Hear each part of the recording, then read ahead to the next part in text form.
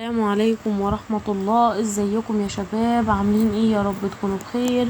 اهلا ومرحبا بكم في الفيديو التعريفي اللي هنتكلم فيه ان شاء الله عن ايه هي المواد اللي عندكم في سنة تانية بالنسبة لمحافظة اسيوط. و كل مادة من المواد دي بتتكلم عن ايه.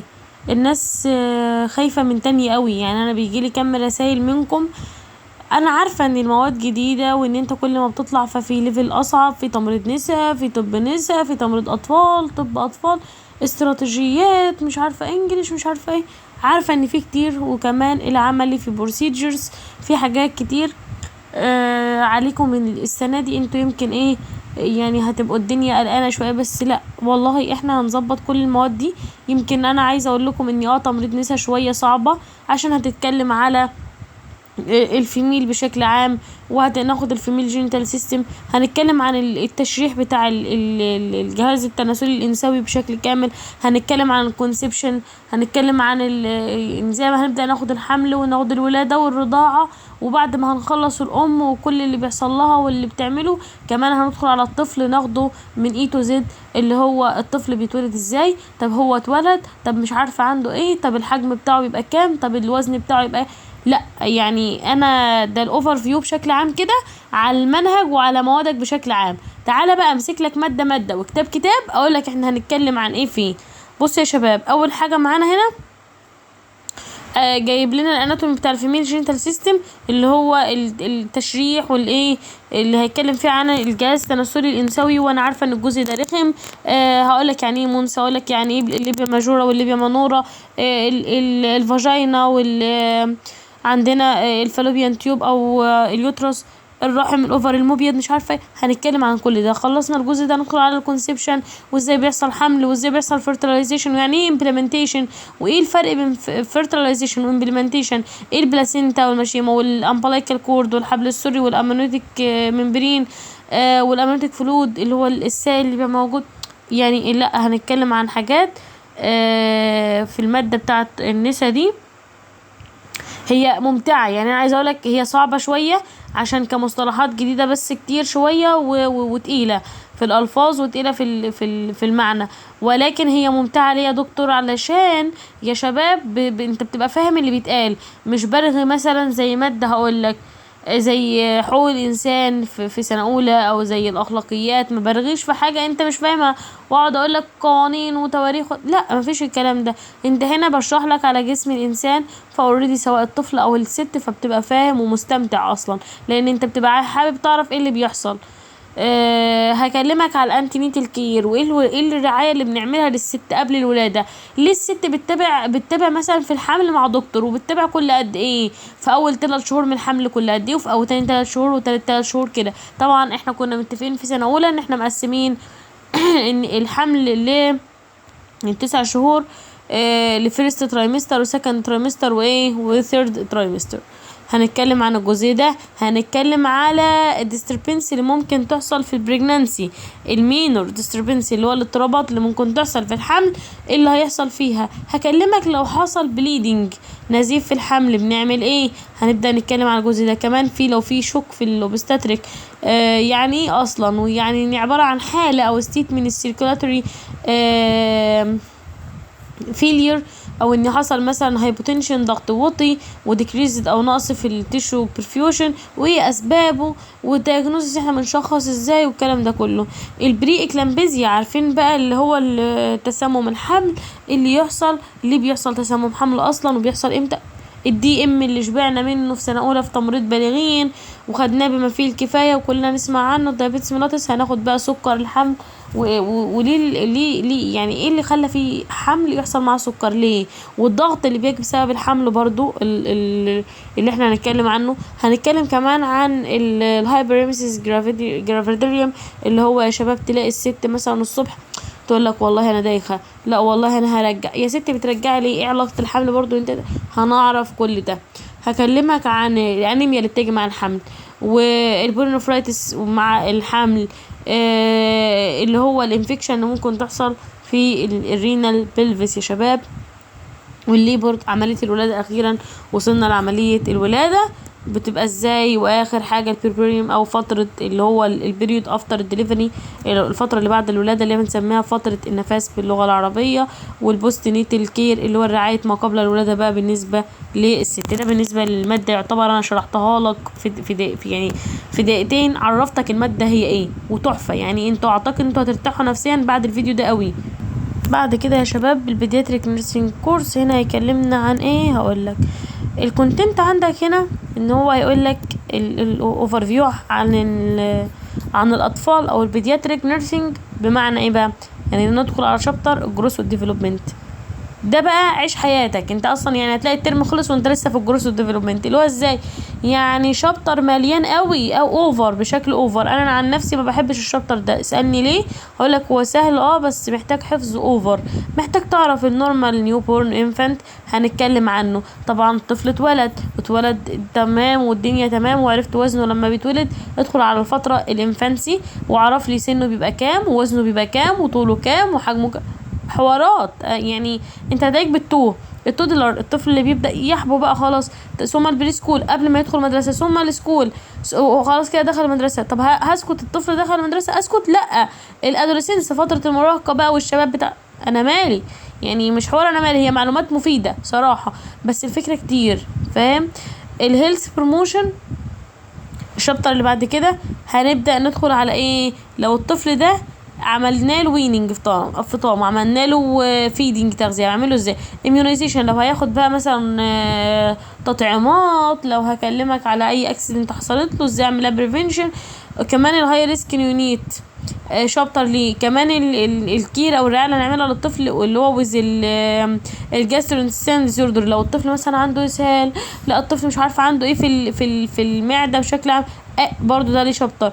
الطفل الجهاز التنفسي، يعني الطفل لو عنده ديزوردر او اضطرابات خاصه بالريسبيراتوري، او عنده ديزوردر خاصه بالنيوتريشن او الحاله الغذائيه بتاعته، او عنده اي ديسيز مثلا زي الروماتيك ديسيز، او عنده مشاكل خاصه بالكلى رينال فيلير، او عنده مشاكل او ديزوردر خاصه بالبلد، او عنده مشاكل خاصه زي مثلا ديم او اللي هو النوع الاول من السكر، او عنده الكونفالسيف سيزرز او تشنجات وتلاقي الطفل بيتشنج كده ومش برضه ده شابتر. او اخر حاجه اللي هو الكوميونيكابل ديسيز اللي هي الامراض بقى اللي بتبقى منتشره او اللي هي المعديه والكلام ده كله. ادي اللي هنتكلم عليه في البيدياتريك. برضو مادة يعني دسمة، المادة بتاعت الأوبستاتريك والجينيكولوجيكال نيرسينج اند الريبرودكتيف هيلث. هيكلمنا عن ايه بقى؟ النساء والتوليد بمعنى اصح. يعني هكلمك عن ايه برضو، عايزه اقولك الكونتنت هنا بيكلمك عن الفيتال سكال، جمجمه بتاع الطفل، الفيتال سيركيوليشن الدورة الدموية، السيرفيلنس، الهايبر امسيس جرافيدريم طبعا ده لسه ذكره لك هناك لما كنت بكلمك في النساء، والار اتش نفسه الريسيز ايزو اميونيزيشن. اللي بنروح اي اتنين عايزين يتجوزوا يشوفوا الار اتش بوزيتيف ولا نيجاتيف. الابزيتومي اللي هو لو في ولاده هنعمل الولاده دي قيصري مش عارفه ايه. الاوكسيتوسين دراجز الادويه اللي بناخدها مثلا لو انا عايز اسرع ان يحصل عمليه ولاده. البلاسينتا الماشيه مع الكلام. السيسيريان سيكشن اللي هو السي اس او الولاده القيصريه. الجينيكولوجيكال انسترومنتس الادوات اللي انا هستخدمها اصلا. الجينيكولوجيكال انفستيجيشنز والتحليل اللي نعملها ساعه الولاده والكلام ده كله. برضو شابتر مهم او ماده يعني فيها جزء مهم. هنا هو ده نفس الكونتنت بس ده متسع شويه، يعني هنا بيكلمنا على الاوبستاتريك والجينيكولوجيكال برضو، بس عايز هنا ايه، لا هنا جايب لي الكتاب بشكل كامل. بمعنى يا دكتور يعني انا هناك كنت شرحها لك او قلت لك في الكتاب الاول ان احنا هنتكلم عن الاناتومي بتاع الفيميل، واشرح لك التشريح بتاع الجهاز التناسلي الانثوي، والفسيولوجي بتاعه المينستيريال سايكل الدوره اللي بتجي للست وبتحصل ازاي، وازاي والفسيولوجي نفسها بتاعه الكونسبشن او الحمل بتحصل ازاي. وبعد كده في شابتر 2 هيكلمنا على الانتينيتال، ازاي بعمل رعايه للست دي قبل وبعد والتشخيص والحاجات دي كلها. وشابتر 3 بيتكلمنا عن الهاي ريسك بريجنانسي، الحاجات اللي ممكن تحصل للحوامل من بليدنج نزيف وانيميا وهكذا. وشابتر 4 هيكلمنا عن الليبر الولاده. انا كده خلاص عرفت انا بعمل لها رعايه امتى، ولو هي حصل لها مخاطر اثناء الحمل بتعامل معاها ازاي. ولاده بقى، طب ولدت بعد الولاده فتره البربريم او فتره النفاس او بنتعامل معاها ازاي، وازاي بعمل البوست نيتال كير. ثم الفاميلي بلاننج وتنظيم الاسره، وازاي بتعمل فاميلي بلاننج، وازاي تعمل كونسلنج او استشاره. ثم شابتر 7 اللي هو الايه التشينجز والديسيز اللي ممكن تحصل، زي مثلا او اضطرابات خاصه في البريود او في المنسترول، زي المينيبوز او سن اليأس. شابتر او الماده هنا بقى ده اهم كتاب في الكتب اللي انا او في المواد او دي اهم ماده في المواد اللي انا لسه شرحتها دي كلها او اديت لك نبذه عنها. ودي ماده مثلا يعني عليها درجات اوفر بتاع 250 درجه ولا حاجه. هنا يا دكاتره هيكلمنا برضو عن اطفال الرضاعه، البريست فيدنج، البريست ميلك، اللبن بتاع البريست، والكوليسترول او اللبن السرسوب. لا ترانزيشنال ميلك ده بيبقى امتى وبينزل امتى، والماتيور بريست ميلك اللي هو لبن بقى اللي احنا بنعتمد عليه بقى الاساسي اللي هو بتاع الرضاعه الاساسيه. ماشي. الام بتفطم امتى، والسن الطبيعي ايه، وامتى بعتمد على لبن صناعي، ولو دخلته بدخله في سن كام او عند كام شهر، ولو في مشاكل في النبل او الحلمه، ولو في عندي ابسس او خراج مثلا في البريستو، لو في عندي ضمانش الميلك سبلاي، لو انا مثلا دلوقتي في مشكله في اللبن فانا هضيف لبن تاني، او لو الام موظفه. الحاجات دي كلها هكلمك عنها. الجروس والديفلوبمنت اللي كلمتك عنه في الماده اللي فاتت. ازاي بعمل اسسمنت للطفل، وزنه، طوله بقيسه ازاي عند عمر. اهو هتلاقي هنا جايب لك، مش عايز اطول عليك الفيديو لان كل ده هيتشرح تاني وهقوله تاني وتالت ورابع، بس انا بحاول برضه اشرح لك عشان تبقى فاهم الدنيا وما بقاش لاقيه الناس قلقانه بالطريقه دي. هنا في فئه البرس تلاقي وزنه الافريج بتاعه 3 مثلا 25. طب من عند 3 شهور ل 12 شهر بيبدأ يديلي معادلة بحسب بيها. لا عند من سنة ل6 سنين بحسب من 7 ل 12 سنة. فاهم؟ فانا هقول لك المعادلة دي وهدي لك مثال عليها عشان هيجي لك مسألة على كل واحدة من الحاجات دي في الامتحان ان شاء الله، مهمة جدا. يجي يقول لك الطفل عند سن 5 سنين بيكون وزنه كام. طبعا انت هتقول لي يا دكتور مش موجود في الكتاب، عيب عليك، ما هو مديلك من 1 ل6. اعمل المعادلة وهو مديلك الييرز، يبقى هتحط هنا 5 في 2 زائد 8. خلاص كده يبقى 18. طيب الطول نفس الحوار، بس الطول هنا هو جايبها لك ازاي؟ لا عند في اول ما بيتولد بيبقى 50 سنتي، ثم بعد سنة 75، ثم بعد سنتين 87. طيب انا عايزه احسب بقى من 3 ل 12 ليها معادلة برضو. خلاص كده انت بس هتخلي بالك من المعادلة ازاي، مش يعني ما تاخدهاش بالقراءة كده. العمليات الحسابية والناس اللي ساقطة رياضة بقى دي هنتعامل مع بعض في الكورس ان شاء الله. طيب هنا الهيد سيركمفرنس لها حساب، الاتش سي، او ان انا مثلا هبدا اقيس ازاي وبقيس من فين لفين.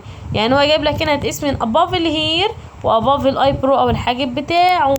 ركز مع، لا ده انا هدلعكم الترم ده بحب قوي الاطفال والناس عشان هما ممتعين في الشرح، بتلاقي ان انت مستمتع عشان فاهم اللي بيتقال ده. عندك هي بس مشكلتك في الارقام دي هتلاقي ملخص عندك كده ازاي تحفظها. طيب الفاكسينيشنز اللي بياخدها الطفل ده، الفاكسين بيبقى امتى وانواعه وليه والكلام ده كله، طبعا لا يخلو منه اي امتحان. هتدخل الامتحان ان شاء الله عليه سؤال الفاكسين، عليه سؤال باذن الله. بغششك من دلوقتي اهو، هيباتيتس بي فاكسين مهم جدا جدا جدا.